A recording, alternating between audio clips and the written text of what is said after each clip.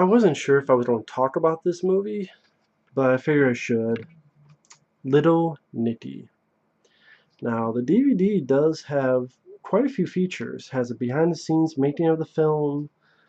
It has a little featurette where you have on-camera interviews with Ozzy Osbourne, Gene Simmons, Ronnie James Dio, and others. That was pretty cool. You have two commentaries, one with Adam Sandler, director Stephen Brill, and co-writer Tim Herlihy. And then you have another commentary hosted by Michael McKean, and you'll get little inklings of people like John Lovitz, Kevin Nealon, Henry Winkler, and Ozzy Osbourne pop in and out of the commentary. So, I'm glad this was. I was fine paying. It says $3, but this might have been one I got half off, $1.50. $1.50 for those features were fine. I know there's some people who do like this movie, and that's cool. I mean, I wouldn't say this is in the top 5 worst Adam Sandler films for me. I'd definitely say Going Overboard, Jack and Jill. I put, Chuck and Larry as worse than this. I put Grown Ups 2 worse than this. That's My Boy worse than this, among others. But this is one of those movies that, even when I saw it back in the day, I could not really get into too much. I mean, it definitely was trying to, in a way, be ambitious. Because you have this character who's one of the sons of the devil, played by Harvey Keitel. And then Harvey Keitel's dad is Rodney Dangerfield, which was an interesting piece of casting. And you also have Tiny Lister Jr. and I'm not sure how you pronounce his name, Rhys Ifans. They're the other two sons of Satan, and they want to rule Earth. And they fuck up this portal to hell, and Harvey Keitel's falling apart, and he's like, I need your help, son. So Adam Sandler gets the help of this dog named Beefy, and they try to stop the two evil brothers. And Ozzy Osbourne makes an appearance. Quentin Tarantino makes an appearance as this blind preacher man. So definitely a lot of familiar faces. Patricia Arquette is our love interest. Yeah. I'm not sure if I showed the inside of this. Just these two guys here are heavy metal guys that become friends with Little Nicky. This stuff here, like this guy was the gatekeeper and he screwed up, so Harvey Keitel gave him titties for a head. And then this monkey demon thing falls in love with him. And then you see Rodney Dangerfield with Harvey Keitel, which that right there is, when would you ever see that? John Lovitz has a little part in this, as this pervert at the beginning that's watching a mom take her clothes off, and the son of the mom hits him on the fucking head, falls down, and goes to tree.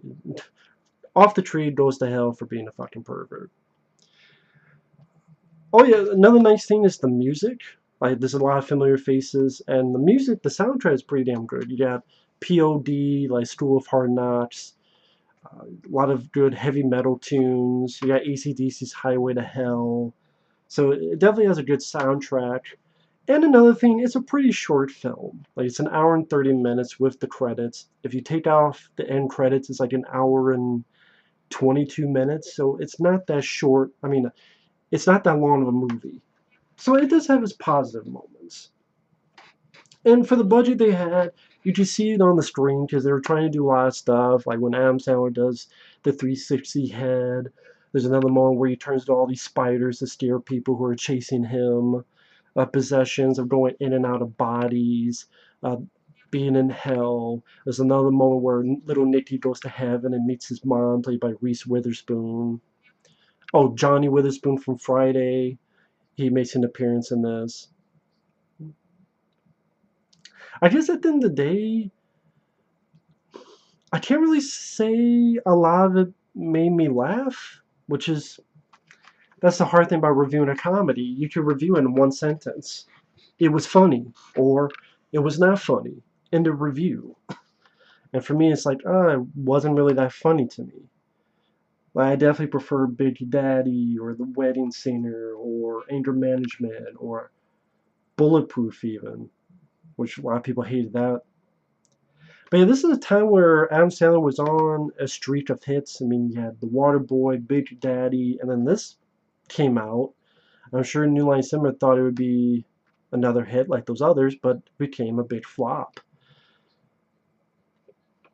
And for sort of a 10-year stretch, it was one of the few big flops that he was a part of. Right, there's films like Rain Over Me and Punch Drunk Love that didn't break the box office, but I don't know if they were that big of a flop compared to this. Or if it wasn't a flop, they would call it a box office disappointment, considering expectations because, Big Daddy, which was in 1999, I believe, and this came out in 2000. Also, I'm not sure about the voice he gives here, because he's kind of talking like this for the whole movie. And I guess it just depends if you get annoyed as shit about the way he's talking or not. And I think that's what it is. For the most part, there are exceptions to the rule. Like, I will admit, I'm one of the few guys that likes Zohan. You don't mess with Zohan, which he talks with a little bit of an accent and that. Like, that's a film I found funnier than this, but that's just my opinion. But for the most part, when he does those weird ways of talking, I'm not the biggest fan of it. So, I have a guy talking like this for the whole movie. It's kind of annoying. And it has jokes like, oh, Hitler's in hell and he's wearing a maid's outfit and Harvey Keitel is shoving a pineapple up his ass. You have jokes like, turning the guy's head into a pair of titties. Or a lot of fucking promo for Popeye's Chicken. Jesus Christ. Like, Popeye's Chicken is another character in this movie. Popeye's Chicken should be part of the fucking cast list, because it has more screen time than some of the fucking characters in the movie. Because it's like this dog teaching him how to eat, and it's Popeye's Chicken. There's other moments where they're sitting in the apartment and there's Popeye's Chicken. Boom, there's the Popeye logo. And even at the end, when he's got the power of fucking love or whatever, shooting rainbows out of his fingertips, there's demons ready to attack him, and he saves himself by giving them a big old huge ass bucket of Popeye's Chicken. And one of the demons says, Popeye's Chicken is the shiznit. Whatever the hell it was. And I'm like, Popeye's Chicken is the shiznit? Hey, I like Popeye's Chicken. Just give it to me. Instead of fucking talking about it every 10 fucking minutes. And like, I didn't need the, cutaway of Mr. Beefy fucking another dog and saying, say Mr. Beefy. And then this dog, which sounded like Ellen DeGeneres, which I don't know if it was, because they only said one line of dialogue, but the female dog, it did sound like Ellen DeGeneres. It's like Mr. Beefy. And, ooh, the dog's coming in the other dog's pussy. It's great. Fucking A, B, and C delicious. Trying to think of other moments. There's a moment where he changes a Coke into a Pepsi. There's the Harlem Globetrotter scene where Dana Carvey plays this asshole referee and keeps fucking things up. Adam Sandler he's peeking on someone who he thinks is a girl, but it's Clint Howard in women's clothes. Michael McKean, he's the chief of police in this movie. And they show footage of Scarface, but it's Little Nicky's face superimposed on Scarface. And showing that footage makes everyone believe that, look what Little Nicky did. I'm like, no one notices that's fucking Scarface? With a shitty superimposing shot? But, you're not supposed to take the film that seriously. Oh, Carl Weathers, he's also in this. His character from Happy Gilmore, who's in heaven. And he's like, it's all in the hips, like he said at Happy Gilmore. I'm like, great, you made me want to just go watch Happy Gilmore again. Then your fucking movie. Henry Winkler, who is in The Waterboy, he has an appearance where he gets attacked by bugs, CG bugs. Ozzy Osbourne appears because Little Nicky's fighting the last, evil brother, and the brother's turned into a bat, and Little Nicky has this ball of light and throws it down, and Ozzy Osbourne appears, and the bat's like, holy shit, and Ozzy Osbourne CG mouth opens up and bites the bat's head off. Which I liked seeing Ozzy Osbourne in there. That was fun. That was a fun bit of casting. Highway to Hell shows up at the end of the movie when they do this montage of where are they now. Like the dog went with his love, a sewer rat, and they have a shitload of ugly kids. Little Nicky is with Patricia Arquette, and they have this little kid who can spit out fire.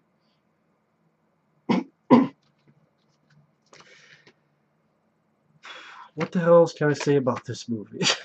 I'm already running out of steam. Listen, if you like the film, I can see why.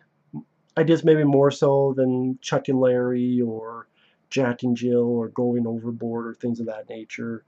Because I know the sum up, it's ambitious. At least it's trying to do a lot of different effects, some practical effects. I believe by some people from KNB. I believe it was KNB. They worked on some of the practical effects, as well as a lot of use of CGI. Again, a lot of familiar faces from Quentin Tarantino to Carl Weathers to Rodney Dangerfield to Michael McKean and Dana Carvey and so forth. Most of the cast do well, like Harvey Keitel as the devil, or Rodney Dangerfield as his dad. Ozzy Osbourne being in there, that was fun at the end. Then you have Kevin Nealon, that's the guy with the titty head. Like I said, Jon Lovitz. The heavy metal soundtrack is pretty cool. But again, I can't really find many moments that really made me laugh, that really made me chuckle, that really made me go, yes. I can't think of much, as I'm sitting here talking to you, talking to the camera. And, I can see why the film did not do well. I can see why the film bombed. I think it does have a little bit of a cult following. I could be wrong on that. I'm not part of that. Sorry. If you like the film, that's cool. The features are pretty cool, like I said, but this is when New Line Platinum series did that for most of their movies, but they couldn't do it for the fucking Ninja Turtle movies, which I don't know why, or Mortal Kombat, but they did for every other movie, like Little Nicky. But I would prefer Mortal Kombat or that movie getting the Platinum Series DVD than Little Nicky, but I digress. It's directed by Steven Brill, who worked on a few other... Did he work on... No. That's Frank Coraci. What the hell else did he work on? Mr. Deeds. And... Okay, now that's Peter Segal. I always get them fucking mixed up. I know in these reviews I don't get mixed up who directed what, because it's like 3 or 4 directors that Adam Sandler uses a lot. He'll use Steven Brill, Dennis Dugan, Frank Coraci, or Peter Segal. So I know I'm going to get one of them wrong. Like, did he direct this? Usually it's a mix of those 4. Once in a while it's a random one, but usually... So, there you go. Anyway, I'll end it here. Thanks for watching. Take care. And we'll see you guys on the next video. Bye-bye.